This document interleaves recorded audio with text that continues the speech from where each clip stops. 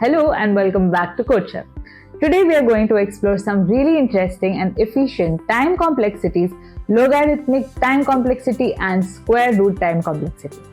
These are incredibly powerful concepts that will help you understand why some algorithms are blazingly fast even with huge inputs.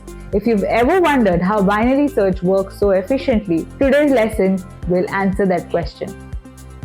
As always, practice alongside learning. Jump onto the CodeChef platform and experiment with these concepts in real time. The link is in the description below.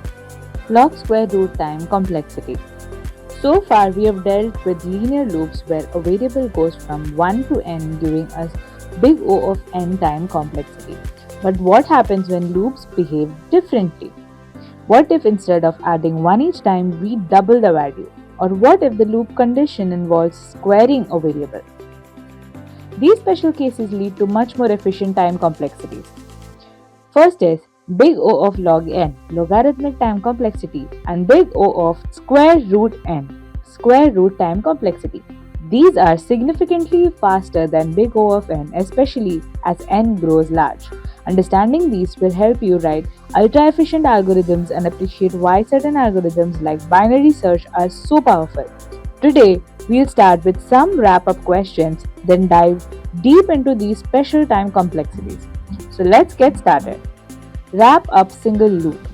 Let's start with something simple to wrap up. What is the time complexity of this code? The answer is straightforward. The loop runs n times with one operation per iteration. So the time complexity is big O of n. Easy, right? Now let's move on to the next one. Two nested loops, single variable. What is the time complexity of this particular code? So now let's understand this line by line. Here in this line, the outer loop runs n times. The inner loop runs n by 2 times for each iteration of the outer loop. And here in line 3, one print operation, so big O of 1. So the calculation is the inner loop is n by 2 into big O of 1, which gives n by 2 operations, and the outer loop is n into n by 2, which gives n square by 2 operations. So the total is n square divided by 2. If you remember, the rule number 1 is to ignore the constants. So the time complexity is big O of n square, and the constant half doesn't matter when n becomes very large. Two nested loops, two variables. Now what is the time complexity of this code? Now let's understand this. The inner loop runs 2 into m times and the outer loop runs n by 10 times. So the total operation is n by 10 into 2m, which gives 2nm divided by 10 or nm by 5. Here we again ignore the constant, which is 1 by 5. The time complexity is big O of n into m or big O of nm. When you have different variables in nested loops, we multiply them. 3 nested loops, 3 variables. What is the time complexity of this code? Here, the innermost loop runs k times, the middle loop runs 2 into m times, and the outer loop runs n by 10 times. So the total is n by 10 into 2m into k. Here you ignore the constants, so the time complexity becomes big O of n into m into k or big O of nmk. These nested loops with different variables means we multiply all three. Two loops with shared variable. Let's look at the time complexity of this code. Here, this is a little tricky, but if you look carefully, we'll understand this. So we have an outer loop with two inner sections. So here the outer loop runs n times, and the first inner loop runs m times for each iteration of our outer loop, and the second inner loop runs for k times of each iteration of the outer loop. For each iteration of the outer loop, we do m plus k operations. So the outer loop runs n times, inner loop runs m plus k times, and the total is n into m plus k, which gives nm plus nk, and the time complexity is big O of nm plus nk. We can't simplify further because we don't know which is larger, m or k. Increment by 2 nested loops. What is the time complexity of this particular code? Now let's look at this one by one. The outer loop over here increments I by 2 each time, So it runs approximately n by 2 times, and the inner loop increments j by 1, running m times for each iteration. So the calculation becomes n by 2 into m, which gives nm by 2, and we ignore the constants as per our first rule, 1 by 2, and the time complexity becomes big O of n into m, or big O of nm. We remember constants like 2 don't change the big O notation. Introducing log n time complexity. Now comes the really interesting part. Till now we have seen loops that run linearly from 1 to n, giving us big O of n. Even if we increment by 2, 5 or 10, constants don't matter, so still it is big O of n. But there are special types of loops that perform far fewer operations than n. These need a different way to denote their time complexity.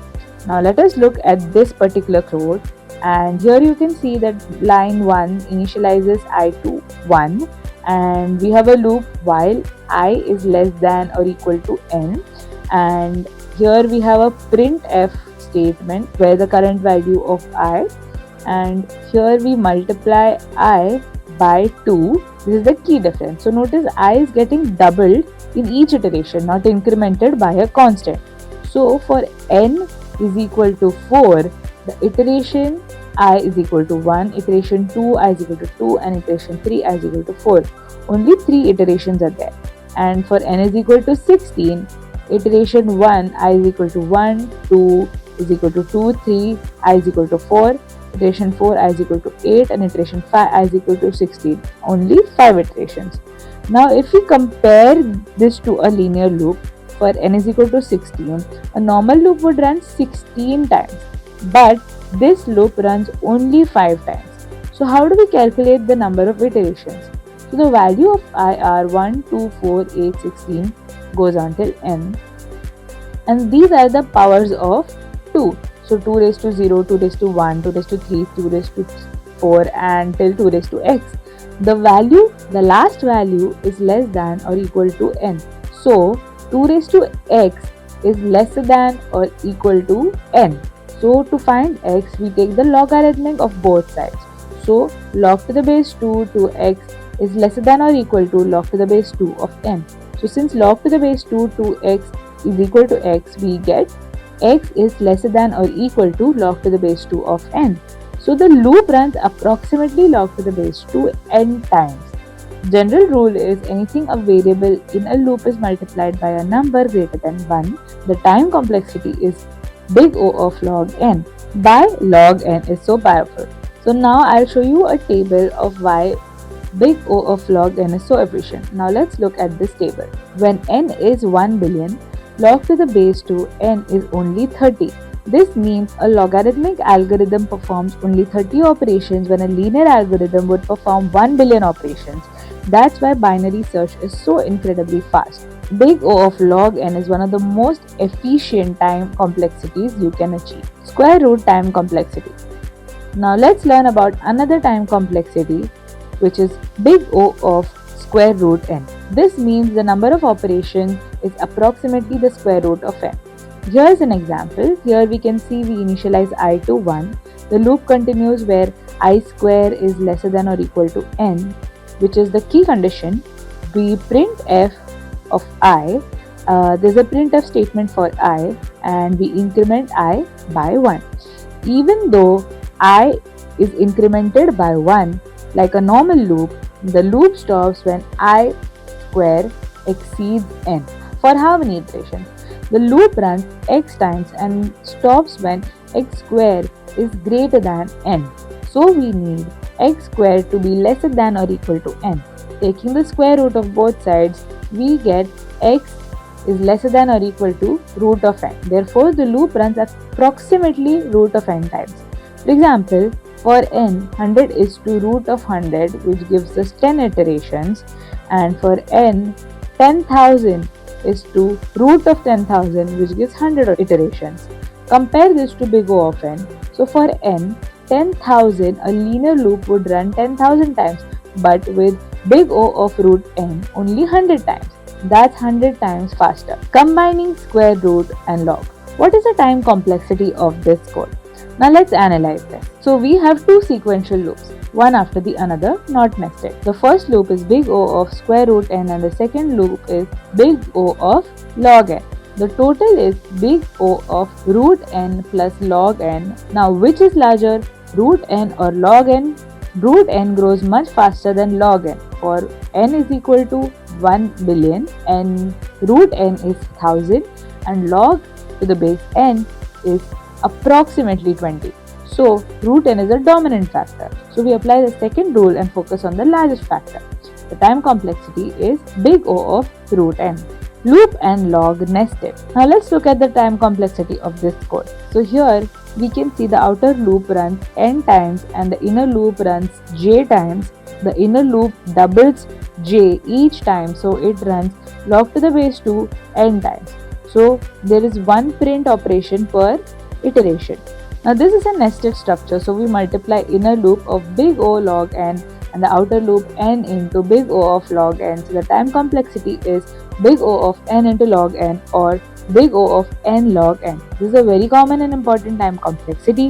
It is the complexity of efficient sorting algorithms like merge sort and quick sort. Big O of n log n is more efficient than big O of n square but less efficient than big O of n. So now let's summarize what we learned today.